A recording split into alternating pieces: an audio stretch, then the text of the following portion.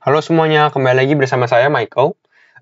Di video kali ini saya akan memberikan kalian, mungkin kita lebih ke analisis teknikal gitu ya. Mungkin kalian juga klik video ini gara-gara title-nya juga, atau judulnya, bagaimana cara cuan atau untung cepat di kripto. Tapi memang kalau menurut saya sendiri, memang nggak ada cara cepat untuk kaya, memang semua itu membutuhkan proses juga gitu ya. Tapi di video kali ini memang ada, bisa dibilang seperti pattern gitu, pola yang kita bisa mengambil kesempatannya atau opportunity-nya juga gitu ya, yang kita bisa ambil. Tapi kembali lagi disclaimer on, karena tujuan video ini hanya untuk edukasi dan entertainment, do your own research gitu ya. Jadi bukan ajakan untuk membeli atau menjual suatu kripto gitu ya. Oke, coba kita bahas dulu. Kalau misalnya kita bahas dari overview market kripto sendiri, di hari ini sudah naik ya 9%. Kalau kita lihat dari Bitcoin, Bitcoin sempat naik hari ini ke 40 ribuan lah ya, 40 ribuan. Lalu sekarang di angka 39 ribuan, oke? Nah, kita sedikit fokus lebih ke arah Bitcoin USDT. Kita langsung masuk ke chartnya juga ya. Kita lebih fokus ke Bitcoin USDT. Kenapa kita fokus ke Bitcoin USDT? Mungkin kalian yang baru-baru bisa nonton video saya sebelumnya juga, karena di situ saya jelaskan kenapa gitu ya. Karena intinya adalah altcoin atau koin-koin yang di bawah Bitcoin, Ethereum, dan lain-lainnya itu grafiknya itu akan mengikuti pola Bitcoin gitu. Kalau misalnya Bitcoin sekarang merah gini ya, nanti kita bisa lihat bahwa altcoin lainnya juga merah gitu. Kalau Bitcoin hijau, yang lain juga hijau gitu ya. Nah, coba kita bahas. Bahasnya adalah ini saya membuat dua pola, yaitu pola head and shoulder, inverse head and shoulder. Jadi ada dua. Yang pertama yang warna kuning, yang lebih kecil. Lalu yang kedua ini yang warna hijau atau warna biru lah ya, yang lebih besar. Nah, yang kuning ini, yang warna kecil ini sudah terbukti ya, sudah kena gitu ya. Nah, sekarang lagi proses membentuk inverse head and shoulder yang lebih besar gitu. Nah, target saya sendiri yaitu di target rawan nih. Jadi kalian harus perhatikan poin ini, yaitu di sekitar 42 ribuan. Kenapa di 42 ribuan? Karena di sini mereka membuat previous topnya di sini waktu dia buat left shoulder-nya gitu ya. Tapi sebenarnya masih bisa lebih lagi, karena ini kan mereka sudah membuat bisa dibilang head and shoulder yang kecil gitu ya. Jadi kalau misalnya kita ngambil trend line-nya juga seperti ini, terus kita oper ke sini, mungkin bisa sampai ke 45.000 juga gitu. Jadi ini kalian harus lihat juga gitu ya. Oke. Nah, terus apa sih yang kenapa bisa bikin cuan cepat? Nah, jadi yang warna box biru ini adalah, bukan biru ya, box ungu ini adalah box untuk kalian take action gitu ya. Ini bukan ajakan, tapi ini ya informasi aja atau saran gitu ya. Nah, kalau kita lihat sendiri, saya membuat trendline, ini trendline positif ya, jadi naik, trendline naik. Trendline Bitcoin lagi naik, sekarang memang sempat menyentuh trendline yang warna merah, menyentuh trendline-nya gitu ya. Nah, price Bitcoin kalau menurut prediksi saya, yaitu, mungkin kayak saya bisa gambar, jadi dia akan mengikuti trendline di sini, gitu ya. Nah, pada saat Bitcoin turun dari trendline yang warna kuning ini, misalnya turun kayak gini, ini adalah signal bahwa kita ini bukan ajakan, tapi kita bisa menjual atau take profit gitu ya. Karena kenapa? Karena Bitcoin ada kemungkinan besar bakal turun ke bawah gitu. Nah, ke bawah sampai ke sini, ke daerah sekitar 35.000, di daerah 35.000, kenapa? Karena akan membuat right shoulder-nya gitu ya. Left shoulder, head, right shoulder gitu. Lalu dari sini Bitcoin akan melanjutkan kenaikan lagi gitu. Karena pattern inverse head and shoulder adalah pattern continuation juga gitu ya. Jadi kalau misalnya inverse, berarti dia akan bullish gitu. Kalau misalnya head and shoulder, biasanya akan bearish, seperti itu ya. Ya, ini adalah caranya. Jadi waktu di sini kita bisa lihat untuk take profit dulu, lalu bisa beli lagi di sini gitu. Nah, kenapa bisa cuan cepat? Karena kalau misalnya kalian lihat dari sini, dari rulernya kita ukur coba ya. Ini aja Bitcoin aja sudah untung sekitar 21%. Dan kalau misalnya Bitcoin untung 21%, kita bisa beli di bawah, sell at the top. Untuk altcoin ini bisa sampai 50% gitu ya. Jadi dalam seminggu bisa mungkin 50% lebih gitu. Nah, tapi dari mana kita bisa tahu nih? Atau kalau misalnya dia jebol trendline yang ini nih. Kalau dia jebol trendline-nya bagaimana gitu? Pada saat belum sampai sini. Kalau menurut saya sih, kalau waktu misalnya dia jebol di sini, kita mungkin masih bisa adjust dulu ya. Adjust trendline-nya juga, karena memang market crypto ini sangat terinfluence oleh berita-berita juga. Kalau misalnya ada FUD atau apa, bisa berefek di dalam grafik ini juga gitu ya. Lalu kalau misalnya ini kan misalnya kita bisa bilang ini adalah A atau cara A gitu ya, bahwa dia memang turun gitu, membentuk head and shoulder. Kalau ternyata dia naik gitu, Bitcoin melanjutkan kenaikan seperti ini. Nah, itu bagaimana? Kalau menurut saya sendiri memang kalau di analisis teknikal pasti ada namanya retracement, jadi ada retest gitu. Jadi pada saat ini kita ambil trendline yang besar. Jadi pada saat Bitcoin turun ini dari tanggal 10 Mei, 12 Mei kita ambil. Jadi kalau misalnya Bitcoin mau bullish atau mau ke 50.000, 70.000 gitu ya, seperti yang dibilang media juga, pasti dia harus membreak trendline ini. Dan pada saat Bitcoin break trendline, pasti ada saatnya juga Bitcoin akan retest di trendline tersebut gitu. Jadi kalau misalnya kita ternyata jual, kita decide atau kita mengambil keputusan untuk menjual, hal yang kita bisa lakukan adalah kita bisa membeli lagi pada saat dia retest trendline-nya gitu. Jadi dia naik, itu masih ada retest, baru dia melanjutkan kenaikan lagi gitu kan misalnya. Nah di sini kita bisa membeli seperti itu. Nah, coba kita bahas beberapa altcoin. Tadi kan saya bilang karena semua altcoin ini ya sedikit banyak memang mengikuti pola Bitcoin ya. Coba ya, kita mulai dari mungkin Ethereum. Nah, ini saya buka chart Ethereum. Nah, kita lihat lagi. Patternnya sama, ada small head and shoulder. Kalau di altcoin beberapa small head and shoulder-nya nggak gitu kelihatan gitu, tapi memang beberapa juga ada yang kelihatan gitu ya. Kalau Ethereum ini cukup kelihatan, lalu ada yang big head and shoulder gitu. Jadi kalau Ethereum mungkin dia bisa rebound di sini, lalu naik lagi di sini. Jadi ini harus hati-hati. Kalau misalnya dia ternyata memang turun dari garis warna kuning ini, ya kita mungkin bisa take profit dulu gitu ya, ngambil ke bawah, nanti beli lagi di sini gitu, di bagian left shoulder-nya juga gitu ya. Jadi kan nggak ada alasan juga kalau misalnya kalian yang nyangkut, kemarin kan nyangkut mungkin belum prepare, tapi kalau sekarang ya mungkin ada kesempatan untuk take profit dulu, lalu bisa beli lagi di bawah gitu ya. Jadi udah ada dana juga. Lalu kita coba bahas ke chart berikutnya, Cardano kali ya. Nah ini Cardano, ini random saja ya, saya ambil chart random koin-koin yang terkenal juga gitu ya. Jadi kalian mungkin banyak yang holding juga. Nah ada dua juga, ini Cardano patternnya lebih jelas lagi. Bagus juga nih patternnya ya. Kita lihat ada small head and shoulder-nya, lalu ada big head and shoulder-nya, lalu sekarang masih di trendline-nya, masih di trendline positif, jadi bisa consider atau bisa memperhitungkan kalau misalnya memang dia break trendline-nya ke bawah gitu ya. Nah, di sini mungkin kita bisa ngambil, lalu beli lagi di bawah sini. Kenapa? Karena coba kita ukur lagi deh. Dari sini ke sini untuk Cardano 50% tuh.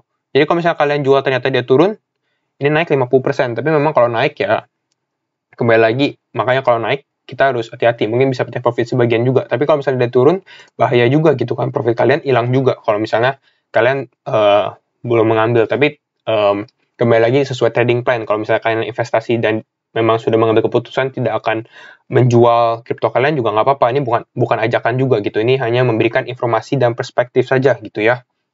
Oke, coba kita bahas XRP deh. XRP lagi. XRP kalau belum nonton video saya, kita kemarin juga bikin video. XRP memang bisa turun di sini di warna ungu dan memang ternyata dia turun dan lebih dalam lagi malah gitu ya. Tapi berarti sebenarnya XRP masih cukup bagus juga. Ini ada head and shoulder juga patternnya. Sekarang memang membentur juga dengan trendline-nya sendiri. Lalu dia ada trendline ini juga. Trendline-nya seperti Bitcoin juga saya mengambil ini. Jadi kalau misalnya XRP turun, paling dalamnya mungkin bisa sampai ke trendline warna kuningnya. Jadi bisa sampai sini. Kembali lagi, mungkin tergantung nggak turunnya di mana. Jadi kalau misalnya kalian lihat seperti ini, bentar kan.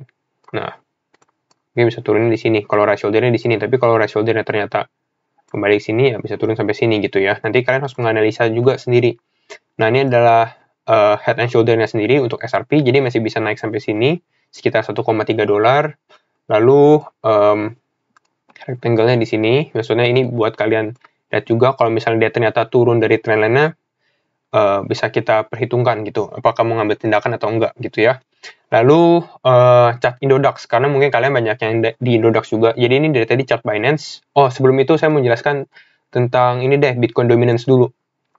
Jadi sekarang kalau kalian lihat Bitcoin Dominance ini apa sih? Ini dominasi Bitcoin terhadap crypto market. Jadi market cap kriptonya. Jadi total seluruh crypto marketnya dari kalau kita lihat dari coin market cap ini sekitar 10.000 koin totalnya gitu ya. Di Bitcoin Dominance ini Bitcoin sekarang 43%. Gitu. Dan ini memang prediksinya adalah kalau misalnya kalian lihat, kalau misalnya di chart Bitcoin USD dia membentuk inverse head and shoulder, kalau di Bitcoin Dominance dia membentuk head and shoulder kayak gini. Jadi dia bakal, kalau misalnya dia naik seperti ini, normally kalau dia naik seperti ini, Bitcoin Dominance naik, ini pada saat Bitcoin turun gitu. Karena kalau Bitcoin turun, altcoin juga turunnya lebih parah lagi daripada Bitcoin gitu, makanya dominance-nya naik. Tapi nanti turun lagi pada saat semua altcoin rebound gitu, karena mereka naiknya lebih cepat daripada Bitcoin. Makanya kalau kalian di sini karena marketnya rebound cepat, Bitcoin domination juga turun cepat gitu. Nah, tapi kembali lagi nanti harus menurut analisa kalian juga gitu ya. Ini hanya membentuk perspektif. Coba kita buka chart Indodax. Kita mulai dari ini BNB deh. Salah satu chart kalian juga pasti suka kan BNB. Binance Coin. Nah, Binance Coin juga membentuk dua ini sih. Ini sebenarnya belum membentuk lah. Ini ada potensi membentuk. Memang sudah membentuk yang kecil, tapi untuk yang besar belum membentuk. Tapi ada potensi lah seperti itu.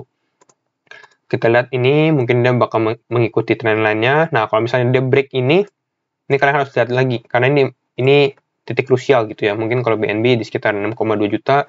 Nah, kan lumayan bisa beli lagi di sekitar 4,4 juta gitu. Kalau kita lihat dari ini take profitnya ya 40% lumayan, cuma mungkin beberapa hari atau beberapa minggu gitu. Buka lagi Zilliqa. Zilliqa ini sama, ada left shoulder head sama right shoulder seperti ini juga. Lalu ada BTT. BTT juga walaupun koinnya kecil juga, gila BTT masih bisa turun sampai ke level 50-an juga. Bisa lihat ada tren lainnya juga gitu ya. Itu adalah prediksi-prediksinya juga. Tapi harus ada disclaimer lagi nih. Bukan disclaimer, sini additional info untuk kalian. Mungkin kalian yang nonton sampai sekarang. Nah, yang ditakutkan apa? Yang ditakutkan adalah Bitcoin turun, tapi turunnya ini lebih dalam lagi gitu. Nah, terus bagaimana kalau Bitcoin turun lebih dalam lagi gitu? Apakah bearish? Kalau menurut saya, kalau misalnya dia turun lebih dalam lagi, memang ada potensi bearish gitu ya. Tapi bukan berarti bearish. Jadi kalau misalnya ternyata dia membentuk right shoulder seperti ini, tapi ternyata nggak stop di right shouldernya. Jadi lanjut turun sampai lebih dari headnya gitu. Mungkin ke 28.000 gitu ya. Nah, ini cukup bahaya sebenarnya karena dia sudah di bawah headnya juga. Karena headnya di sini sekitar di level 30, ini sebenarnya di level 31 ribuan lah gitu. Jadi kalau misalnya Bitcoin di bawah level 30 ribu, kan kemarin sempat turun di 30 ribu, ini cukup danger zone juga gitu ya. Jadi kembali ini additional informasi, kalian harus waspada juga gitu ya. Ini memperingati aja. Nah, tapi kalau saya sendiri, kalau ditanya, saya cukup bullish juga kepada crypto in general begitu ya. Ke semua kripto lah, bukan kayak cuma Bitcoin doang, tapi ke semuanya juga cukup bullish. Kenapa? Karena ini ada satu chart bullish, bukan chart bullish sih, ini berita bullish, yaitu ada ini, loading ya, coba mungkin ini. Nah, Bitcoin, Bitcoin Conference 2021 gitu ya, di Miami itu di Amerika Serikat, tanggal Juni 4 sampai Juni 5 gitu ya. Di sini ini adalah Bitcoin Conference. Ini adalah salah satu event cryptocurrency terbesar di dunia gitu. Memang ini ada Bitcoin 2019, Bitcoin 2020, sekarang ada Bitcoin 2021. Dan setiap tahunnya itu orang yang mengikuti eventnya lebih banyak gitu. Coba kita bahas dulu. Jadi speakersnya lebih banyak, terus ada perusahaan-perusahaan juga gitu ya. Coba kita lihat dari speakersnya sendiri. Nah, speakersnya ini bukan speakers abal-abal juga. Kalau kita lihat lagi, headline speakers, ada Ron Paul, former congressman, terus ada senator, anggota dewan lah seperti itu. Lalu ada Michael Saylor, dia adalah CEO-nya MicroStrategy. Jack Dorsey, Twitter, CEO-nya Twitter. Ada Tony Hawk, ini salah satu atlet skateboard profesional. Terus ada Nick Szabo. Nah, Nick Szabo ini adalah bisa dibilang ini pembentuk smart contract lah. Dia yang he developed the concept for smart contracts. Jadi dia adalah orang yang pertama kali kayak mau mencetuskan ide smart contract kayak Ethereum smart contract dulu. Nah, ini adalah idenya nih. Ini adalah yang membuat idenya, Nick Szabo, cryptographer. Lalu ada featured speakers, ada si Floyd Mayweather, boxing legend. Lalu banyak sekali CEO juga. Ada CEO-nya Binance Amerika juga dan lain-lainnya. Nah, yang menarik juga adalah ini. Yang saya mau bahas adalah, mungkin kita bahas ini dulu deh, karena ini mungkin udah loading. Nah, ini ada newsnya. Bitcoin 2021, Bitcoin 2021 will be the biggest Bitcoin event in history. Mungkin ntar 2022 lebih besar lagi gitu ya. Jadi ini cukup positif news untuk kalian yang memang masih bullish ke cryptocurrency juga. Nah, yang harus kalian lihat adalah ini adalah schedule-nya atau jadwalnya. Tapi jadwalnya ada yang lucu juga nih, bukan lucu sih, menarik, yaitu ada NFT auction, terus juga ada pay me in Bitcoin. Jadi sekarang lebih banyak company dan NFT kan, NFT memang baru develop selama 1 tahun belakangan ini juga, baru kayak trending juga gitu, makanya sekarang ada NFT auction juga. Nah, selain itu tiketnya tiketnya nih kalian beli Bitcoin 2021, conference-nya tiketnya bisa beli check out with Bitcoin. Jadi bisa membeli pakai Bitcoin juga. Lalu juga bisa check out with fiat. Fiat kan duit biasa lah, duit kertas sekarang gitu. Nah, yang mau saya point out, mau saya kasih lihat itu perspektif saya sendiri, bahwa kalau misalnya kita lihat Bitcoin sekarang, ini ada diskon gitu ya. Kalau lihat ini after party ticket, beli tiket pakai Bitcoin ini lebih murah daripada beli tiket pakai fiat, seperti itu. Dan ini cukup menarik karena ini memang artinya sudah ada integrasi ke lebih ke arah cryptocurrency gitu. Bayangkan nanti kalian mau nonton event bisa beli pakai cryptocurrency juga seperti ini kan. Ini memang tapi untuk Amerika gitu ya. Tapi kan di Indonesia belum di-develop juga. Jadi ini cukup menarik gitu. Dan memang ke depannya gitu bisa jadi yang kembali saya katakan lagi ada evolution of money. Dimana nanti bisa jadi money ke depannya adalah menggunakan cryptocurrency gitu. Kalau dulu kita juga mungkin kalian tahu digital payment kayak OVO atau GoPay gitu kan. Kalau misalnya kita beli pakai GoPay atau OVO, diskonnya lebih banyak gitu. Kenapa? Karena mereka mau orang-orang menggunakan digital payment. Nah, sekarang juga kalau misalnya beli pakai cryptocurrency lebih murah dan lain-lain pada promosi karena membuat integrasi lagi orang-orang tuh menggunakan cryptocurrency lama-kelamaan. Seperti itu saja video dari saya. Terima kasih semua yang sudah menonton. And jangan lupa like, comment, dan subscribe, share juga videonya, and see you in the next video. Bye-bye.